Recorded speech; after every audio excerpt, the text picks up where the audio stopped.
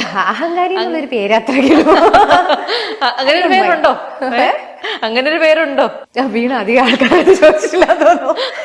എന്റെ ഇപ്പോഴത്തെ ഞാൻ ചെയ്യുന്ന പ്രൊജക്ടില് ഒരു ചേച്ചി കവിതനെ കുറിച്ച് ആലോചിക്കുമ്പോ ഒരു കോർണറിൽ കവിത ഒരു കസേര ഇട്ടിരിക്കുന്നതാണ് ചേച്ചിയുടെ മനസ്സിൽ വരാം.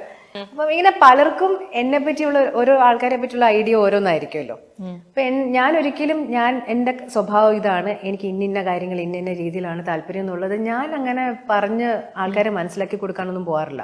എനിക്ക് വീണ എങ്ങനെയാണ്, ഇപ്പൊ നമ്മളൊരു സെറ്റിൽ വർക്ക് ചെയ്യുന്നു, ആ സെറ്റിൽ വീണോടൊപ്പം ചുറ്റിനുമുള്ള 10-45 ക്രൂ മെമ്പേഴ്സ് 10-45 സിറ്റുവേഷനിൽ നിന്ന് വരുന്ന ആൾക്കാരാ.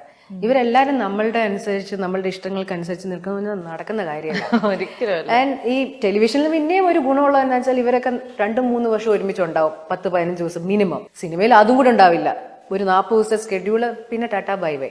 അപ്പൊ ഇവിടെ ഒരു ഹോൾസം ആയിട്ടുള്ള റിലേഷൻഷിപ്പ് ഒന്നും അല്ലെങ്കിൽ ഫ്രണ്ട്ഷിപ്പ് ഒന്നും ഉണ്ടാവത്തേ ഇല്ല. അങ്ങനെയുള്ള ആൾക്കാരിൽ നിന്ന് നമുക്ക് എന്തിനാണ് ഒരു സ്വഭാവ സർട്ടിഫിക്കറ്റ് അല്ലെ?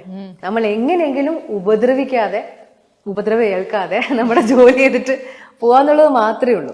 അപ്പൊ എന്നെ പറ്റി ആൾക്കാർ എന്ത് പറഞ്ഞാലും അത് വിഷയമാവുന്നതേ ഇല്ല. ഞാൻ ഒരാളെ ആസ് ലോങ് ആസ് ഞാൻ അവരെ ഇമോഷണലി ഹേർട്ട് ചെയ്യാത്തിടത്തോളം, ഫിസിക്കലി അറ്റാക്ക് ചെയ്യാത്തിടത്തോളം ഞാൻ അവർക്ക് ഓക്കെ ആയിരിക്കണം എന്നാണ് ഞാൻ പ്രാർത്ഥിക്കുന്നത്. അത് തന്നെയാണ് തിരിച്ചും.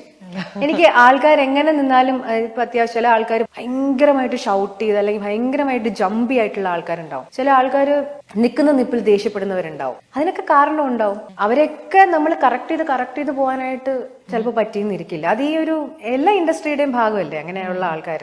അങ്ങനെ മുഖം കറുപ്പിച്ച സിറ്റുവേഷൻസ് ഉണ്ടോ? എനിക്ക് ജോലിയുടെ കാര്യത്തിൽ മാത്രമേ ഈ മുഖം കറുപ്പിക്കാന്ന് പറഞ്ഞാൽ, ഇപ്പൊ ഒരു ഇൻ ബിറ്റ്വീൻ ഒരു സീനില് അൺപ്രൊഫഷണൽ ആയിട്ട് നിൽക്കുക എന്ന് പറഞ്ഞാൽ ഇനീഷ്യലി നമുക്ക് അതിനുള്ള ഒരു സ്പേസ് ഇല്ല വീണ. നമ്മൾ തുടക്കക്കാരി ആയിരിക്കുമ്പോഴത്തേക്കും നമുക്ക് പറ്റില്ല. പക്ഷെ ഒരു 10-20 വർഷം കഴിയുമ്പോഴത്തേക്കും നമ്മളെ ആൾക്കാർക്ക് അറിയാം, അല്ലെങ്കിൽ നമ്മൾ പറയുന്നത് കേൾക്കും എന്നുള്ള ഒരു സ്പേസ് ഒക്കെ വന്നു കഴിയുമ്പോഴത്തേക്കും നമ്മൾ നിങ്ങൾ ചെയ്യുന്നത് ശരിയല്ല എന്ന് പറയാം. അതിപ്പോഴാണെന്നുണ്ടെങ്കിൽ ഞാൻ എക്സ്പ്രസ് ചെയ്യുന്ന പറഞ്ഞാൽ ജോലിയെ ബാധിക്കുന്ന രീതിയിൽ ഡിസ്റ്റർബിങ് ആവരുത്, അത്രയേ ഉള്ളൂ.